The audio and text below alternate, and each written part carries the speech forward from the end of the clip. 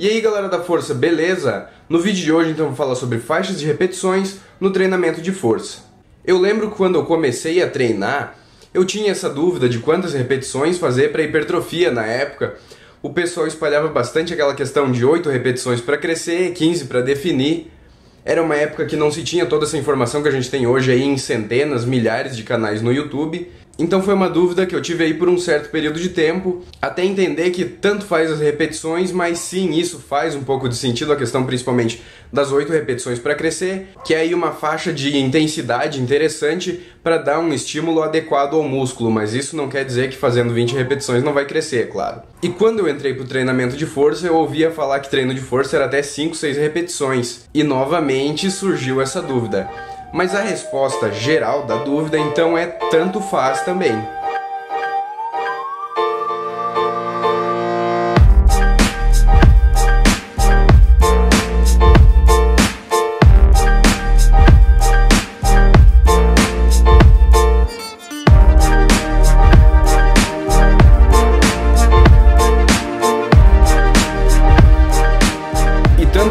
Porque como eu expliquei nesse vídeo que tá aqui nos cards, aqui em cima, a força tem um significado muito abrangente. E para explicar essa abrangência e essa progressão, eu vou aqui fazer um esqueminha. Então eu desenhei aqui um gráfico para tentar explicar essa questão da progressão de força, sendo que nessa linha horizontal a gente tem as repetições e na linha vertical a gente tem as cargas. Para esse exemplo eu utilizei aqui dizendo que para 10 repetições, o indivíduo consegue utilizar 100 kg. Então, se ele começa a treinar nessa faixa de 10 repetições com 100 kg, sempre tentando ir no limite dele, daqui a pouco ele consegue fazer aqui 11. Então, 11 repetições com os mesmos 100 kg. Então, essa linha já vai partir daqui. Isso vai ter uma certa influência aqui. Normalmente, não acontece de uma forma tão linear, mas digamos que ele continua treinando aqui e ele vai aqui para os 12 repetições com 100 kg, de repente ele está fazendo. Então digamos que a cada 2 repetições que ele avança, no próximo ele avança uma. Então anteriormente ele fazia 105 kg para 9 repetições, por ter avançado 2 repetições aqui com o método de treinamento dele. Então agora ele faz 105 kg para 10 repetições, sendo que ele aumentou a força dele treinando com 100 kg. Aí ele continua treinando com 100 kg, faz 13, faz 14, já se passou, sei lá, um mês. Aí novamente sobe uma repetição aqui então, porque ele fez mais 2. Então agora ele faz 11 repetições com 105 kg. Como a gente avançou 2 pontos aqui, então a gente vai avançar mais um no próximo. Então anteriormente ele fazia 108 kg para 8 repetições. Agora ele faz 108 kg para 9 repetições. Então tem esse efeito residual que vai subindo, mas para ele estar treinando com 100 kg, até ele conseguir mexer na 1RM dele, que era de 130 kg, dessa forma de 2 repetições aqui, para aumentar uma em cima, vai um longo período. Por isso, normalmente se treina com umas repetições um pouco mais baixas. Digamos que ele está treinando aqui na faixa das 5 repetições, então aqui 115 quilos. Então ele está treinando com 115, de repente nos 115 ele consegue fazer 6 repetições, treina mais 2 semanas, 3, de repente ele consegue fazer 3 repetições, e aí aqui no que era 4 repetições, então ele consegue fazer 5 repetições com 118. Sem falar que ele vai estar avançando aqui embaixo também, então desse ponto aqui ele cresceu 2 pontos, desse aqui ele cresceu mais 2...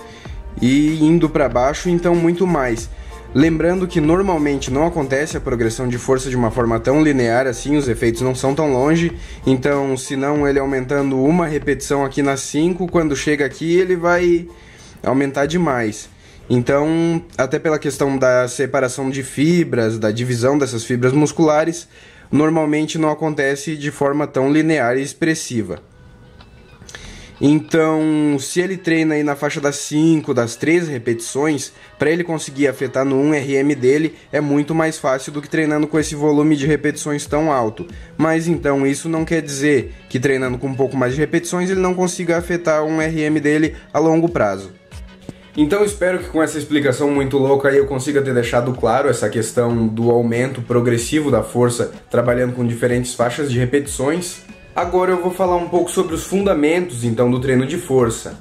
No treino de força, tanto faz as repetições, que tu vai ter avanço, desde que tu sempre busque o rendimento máximo do teu músculo. Assim como no treino de hipertrofia, tanto faz a faixa de repetições, desde que a gente busque o estresse máximo desse músculo. No treino de força, então, o que a gente busca é rendimento, como eu fiz hoje no meu treino de costas. Para quem assistiu o vídeo da terça passada, que eu vou colocar aqui nos cards também, eu fiz 18 barras fixas e disse que nessa semana eu não aceitava menos de 20 e que o meu objetivo eram 22.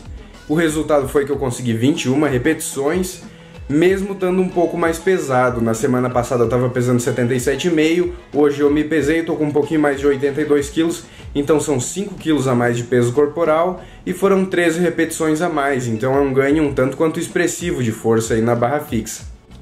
E esse que é o importante, é o essencial do treino de força, sempre estar buscando essa superação, não importa a faixa de repetições. Agora então vamos acompanhar o restante do meu treino e lembrando que no final desse vídeo tem então a sessão de perguntas e respostas. Bom, eu comecei então com aquela sessão de barra fixa, fazendo 21 repetições.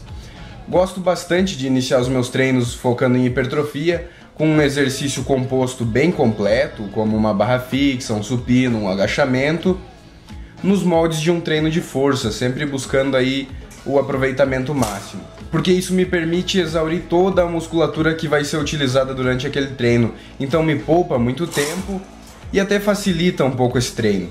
Depois dessa série de barra fixa, então eu fiz mais 2 séries, porém dessa vez cuidando bem da execução. Na primeira série eu faço meio que de qualquer jeito, até com algumas repetições encurtadas, só buscando um volume muito grande, muitas repetições.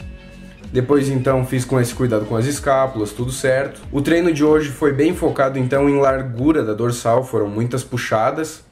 Então depois dessas barras fixas, quando a minha dorsal já tinha trabalhado bastante, estava bastante cansada, eu fui para puxar da frente com um pouco menos de carga e segui fazendo a mesma técnica, porém, como dessa vez é em cabos, com tensão constante e mantendo aí sempre o trabalho das escápulas. Depois disso fechei o treino de dorsal então com um pull down. No pull down eu usei uma estratégia muito interessante que eu gosto para dar intensidade no treino, que é começar com uma carga mediana, faço quantas repetições eu conseguir, então eu aumento a carga e coloco na minha cabeça que eu tenho que fazer o mesmo número de repetições que eu fiz com a carga anterior. Isso ajuda muito porque normalmente a gente desiste exclusivamente por poder mental, aí é a cabeça que manda a gente desistir e não o músculo. Então isso está sempre desafiando aí a aumentar um pouquinho a intensidade desse treinamento. Depois então eu treinei o trapézio. Para o trapézio eu só fiz um exercício, esse exercício que eu considero o melhor exercício de trapézio que tem. Tenho até outro vídeo explicando ele em detalhes também, vou colocar aqui nos cards aqui em cima. Então esse exercício é um remo alto com halteres, trabalhando bem as escápulas em cima para esmagar o trapézio e trabalhando juntamente também o pescoço. Comecei com uma carga um pouco maior para trabalhar bem essa parte mais baixa do movimento, a tensão lá embaixo, sempre jogando o pescoço para trás quando os halteres estão embaixo e o pescoço para frente para dar espaço para os ombros subirem quando o halter sobe. Depois então nas 2 séries seguintes eu fui descendo a carga e ampliando aí essa amplitude de movimento. E para fechar o treinamento então fiz somente 2 sériezinhas de um exercício conjugado de bíceps. Eu fiz bicep de Scott com bastante repetições, um volume bem grande, combinado com um martelo, com o braço bem isolado, parado no lugar. Esse bicep é muito interessante porque ele trabalha primeiro um exercício de tensão constante aí dos cabos e depois tu vai para um exercício um tanto quanto semelhante, porém com pesos livres, o que te permite roubar um pouco, embora no início seja interessante tentar manter isolado. Isso dá um estímulo bem diferente, principalmente nas primeiras vezes que for feito, vai dar um pump muito legal. Treinei com um volume um tanto quanto reduzido nesse treino e focando na largura da dorsal, porque sexta-feira eu vou treinar minhas dorsais de novo, então eu vou focar mais na densidade delas. Hey you, don't watch that, watch this. This is the heavy monster sound. The nuttiest sound around.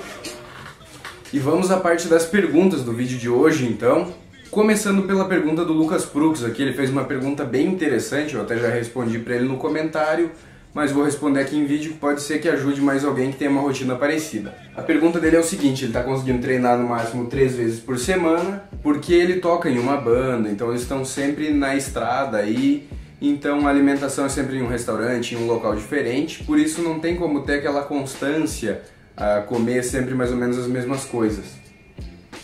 E aí quando ele está em casa, ele tenta de certa forma manter uma dieta. E ele está tentando baixar o BF dele e emagrecer um pouco então.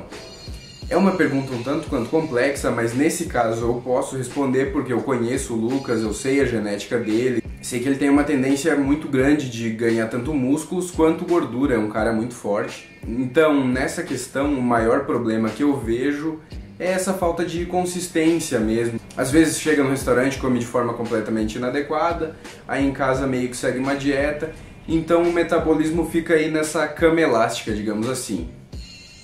Isso é praticamente pior do que se comesse sempre de forma inadequada. Então a melhor saída que eu acho que ele possa fazer é tentar até mesmo no restaurante dosar um pouco, de certa forma manter um controle dos macros, anotando nem que seja por alto, anota num papel ou faz de cabeça. Tem aplicativos de Android também que são muito úteis nesse tipo de situação, como é o caso do MyFitnessPal. Então baixa o aplicativo e cadastra ali, cadastra mais ou menos os gramas de carne que está comendo e procura evitar. Eu sei que nos restaurantes muitas vezes a comida é muito saborosa, chama a atenção, mas se a gente quer o shape, muitas vezes tem que se privar desse tipo de alimentação. Outra pergunta bem interessante foi do Kakaroto Filho aqui. Ele perguntou basicamente a diferença do levantamento terra de um atleta de levantamento olímpico e de um atleta de powerlifting. Então ele citou aqui até o Rafa Crestani, é um atleta de nível altíssimo aqui no Brasil, um grande atleta, o maior terra do Brasil até. Mas a execução do terra dele, assim, não é exemplo pra ninguém. O cara tem uma força bruta absurda, mas a execução é um pouco estranha, tanto é que ele tem um certo histórico de lesões. Então, pegando uma execução padrão do powerlifting aí, e comparando com um atleta de levantamento olímpico, a gente percebe que os atletas de levantamento olímpico sempre levam o quadril lá embaixo para utilizar bem a explosão das pernas, sair com a barra do chão com uma velocidade mais alta para poder encaixar o movimento. Isso acontece porque eles precisam jogar a barra lá em cima. Então, certamente, a carga que eles jogam lá em cima é tipo metade, no máximo 60%, 70% do 1RM deles no levantamento terra. Eu acredito que não chega a 70% aí. Então, facilita eles utilizarem esse tipo de técnica. No powerlifting, a gente busca sempre ali perto do 100% de 1RM, principalmente em competição. E basicamente eu acredito que as perguntas pertinentes de serem respondidas nesse vídeo são essas. Eu até peço desculpas se o vídeo saiu meio improvisado hoje, é que a minha rotina foi bem corrida, na real até tô gravando agora é 00:18, então eu comecei a gravar na terça-feira, que é o dia de origem, tô terminando na quarta-feira, minha rotina impossibilitou um pouco, mas é isso aí, o vídeo de hoje é esse. Quem gostou, deixa aquele joinha e se inscreva no canal. Valeu!